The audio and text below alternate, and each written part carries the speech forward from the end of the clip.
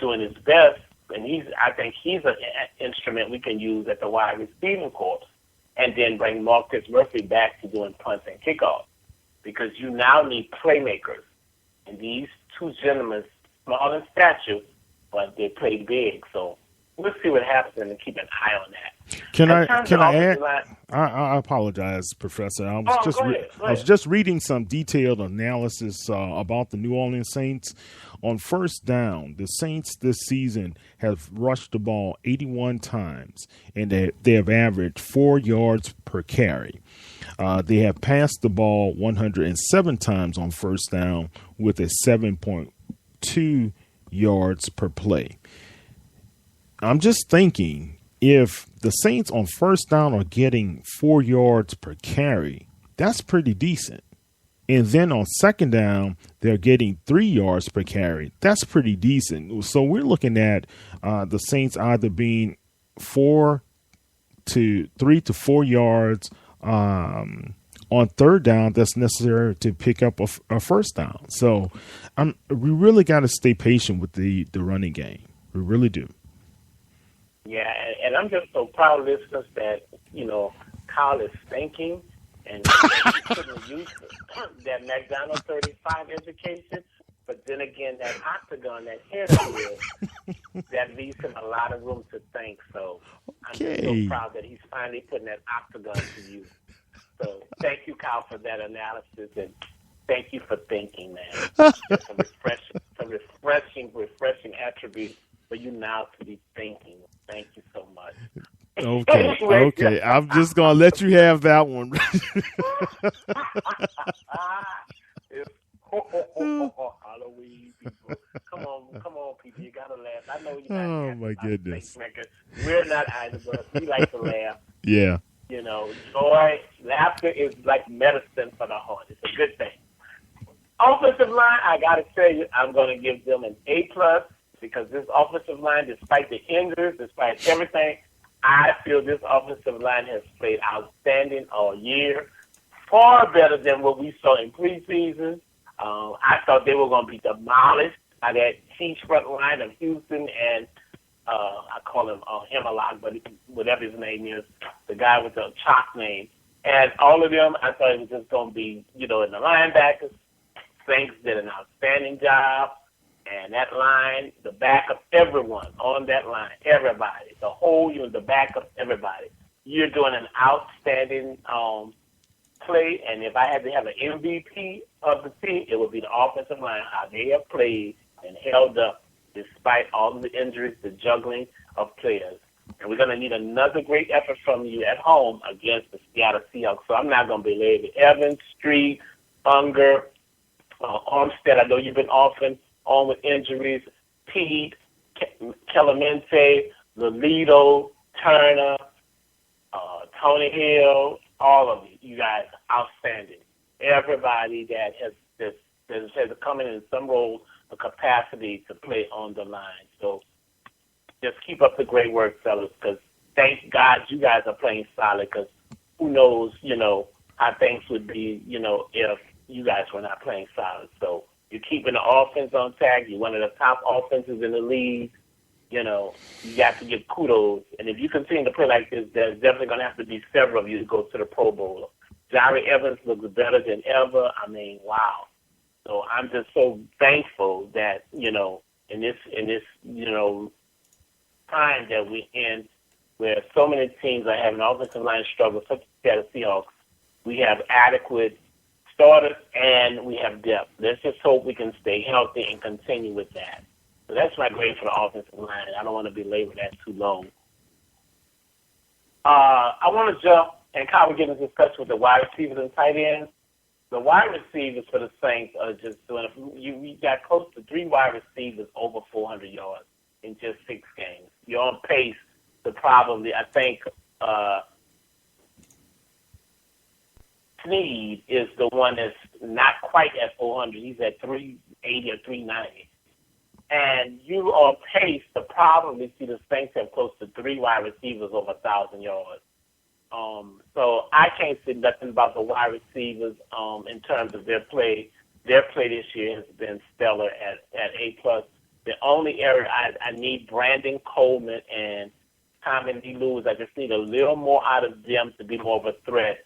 Because right now I need, in terms of Josh Hill and Kobe Fleener, that's the area I'm still concerned with because they're not showing up week in and week out. Many of the drives that are stalling, that's when Drew would have Jimmy Graham, Jeremy Shockey, then Watson. And I need Josh Hill and Kobe Fleener to step up. 2 catches for 40-some yards, great average.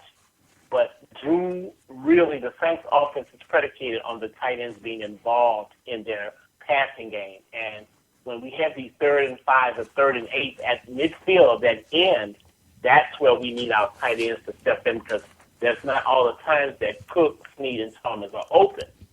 And so that's where the weaponry of Hill and Tino can come in and continue our drive. I need more from the tight end play.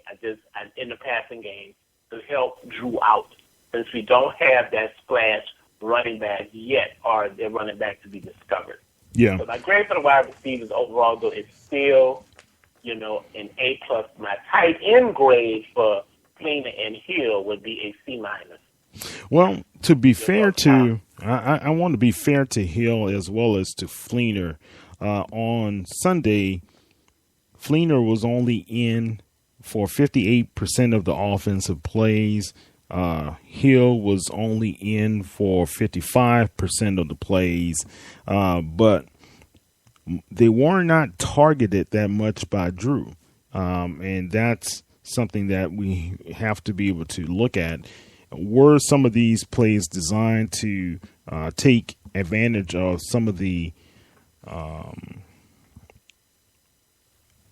matchups against the defensive linebackers, and that's who mostly would play these guys? I don't think that was taken advantage of with these guys. But as far as Brandon Coleman, man, that was good as we get with Brandon. He was facing Drew Brees, as Coach would always say, if you can throw the ball to him when he's facing you, he'll catch it. And he did that for the score, the last score in the fourth quarter. So Brandon Coleman was only available for 7 plays for the New Orleans Saints on offense. Most of his time was on special teams. If you're going to have a guy of that size and his stature, why aren't we taking more advantage of it? It just goes to show you I don't really understand the dynamics that's there with the team or what the coaching staff is doing as far as evaluating the talent that we do have. Is there something wrong with Brandon Coleman, or are they just still frustrated because he can't make all of the type of plays that they're expecting him to make? Is that the reasoning? I don't think we're going to ever get a full analysis given to us, especially in the media. So I would grade these guys as a whole as a B+ at this time, because I still think there's some advantages and some things that Brandon Cooks could be able to do against the more physical defenses that they're going to face. And, this is going to be the ultimate test between he and Richard Sherman on Sunday. Yes, it will be. And so I think also, Kyle, that it's still a confidence issue with Drew, with them tight ends and Brandon Coleman. Mm-hmm. I do not think Drew has a lot of faith in them at this time. Brandon Coleman was a key component catching that touchdown, but I don't think he was the first choice. It just so happened that he ran a great route that got loose and shook loose, and the Chiefs kind of, missed him also and allowed him to sneak back there in that end zone. But I think it's a confidence thing. So we're going to be keeping an eye on that overall in terms of that, in terms of drops and what have you. So we just hope that Coleman and Tommy Lewis, you guys continue to add, because if you get them on board, this offense, and Josh Hill and Kobe Fleener, and Drew gets confidence in them, then you have an offense that is already scoring a lot of points. But we're going to need all of them on deck if the Saints are going to have any hope of turning their season around.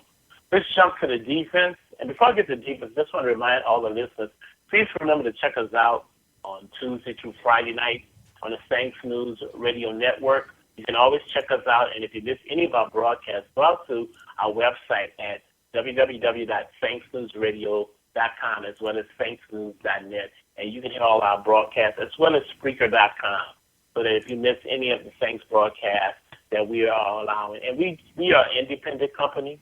We're independent. We don't have anybody to control us and tell us what we can say, what we cannot say, and that's one of the things you're seeing. Alternative media is really the way to go, because alternative media is most times giving people the real truth and nothing else but the truth, whereas a lot of the mainstream medias are controlled by corporate interests. So you're seeing a huge movement in America that people are going to alternative media. Most of the ratings and the viewership and listeners are moving away from the mainstream media because there's a lot of controlling, and a lot of times many of the analysts, they can't really say what they really want to say for fear of losing their job. And so we are not under that kind of restriction. Colin and I allow everyone with our network to continue to voice their opinions. We respect everyone. We have a diversified set of people from young to older people, all colors, ethnicities, and different things working with us because we believe in fairness. And we respect everyone's opinion. All we ask you as the listeners or those that comment on our Facebook pages, just be respectful. Do not, disintegrate or talk about any of the players in a bad way, where you cussing them out and calling them stupid, dumb, and all of that. Those are not the languages that one should be expressing, because remember, we're not playing a game. They are. You have to remember, and I know you're paying your hard-earned money, and we respect that, but don't go out and really be belaboring and talking about players in such a negative manner. That is not right. Now, if you're going to comment on the game and the play, that's one thing. But to go out there and start insulting people, and I know there's a lot of bullying and insulting things people are saying on social media, please, listeners, don't do that. Don't do that. You can give criticism without being disrespectful. And so here at Saints News Radio, we try never to do that. So to all the New Orleans Saints players that listen to us, we love you. We love each and every one of you. We love you, Coach Payton, and everyone involved with the New Orleans Saints organization. But we are required to speak the truth, and we're required to give the facts. And that's what we try to do. We don't get into all the other things and what's going on off the field and all of that, the gossiping and all that. That's not what we're here for. We're here to give you Saints News Radio at a high level with comprehensive and detailed instruction and information that will help you to understand what's going on with the team. We work very hard, all of us, from Barry Herters to, John Pendrick when he was on here, from, you have Rev as well as Brian, Kyle, Remy, myself, Coach, all of us, Brendan, as well as Sharita, all of us. We follow this team end to end. So that's what we're here to do and to bring you that. Check us out on Tuesday night with Who That Confession with Rev and Brian. Don't forget on Wednesday night.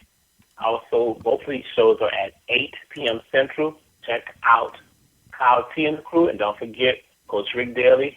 He takes his shows. You go out to the website and hear his really, really great analysis. Coach has been doing this for a long time. He's really like our football dad and our guru.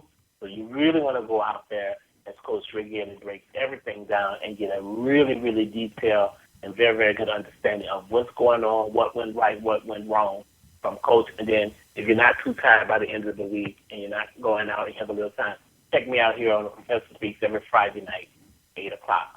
Okay, and now I want to say this. Who That Confession starts at 7 Central, not 8 Central, I'm sorry. And Saints News Radio starts at 9 Central. I just want to say something also, guys. I really love the professionalism from the professor, Coach, Rev, Brian, Barry, Brendan, the professional Diva. These guys have really done a lot to be able to deliver firsthand and as well as really polished information for you guys. I know us on the Saints News crew, the panel, we kind of joke and entertain you a while, but we also are about to be giving you guys the best in the Saints News that we can deliver all around the clock. So that's why we have the Saints News website. That's why we have the app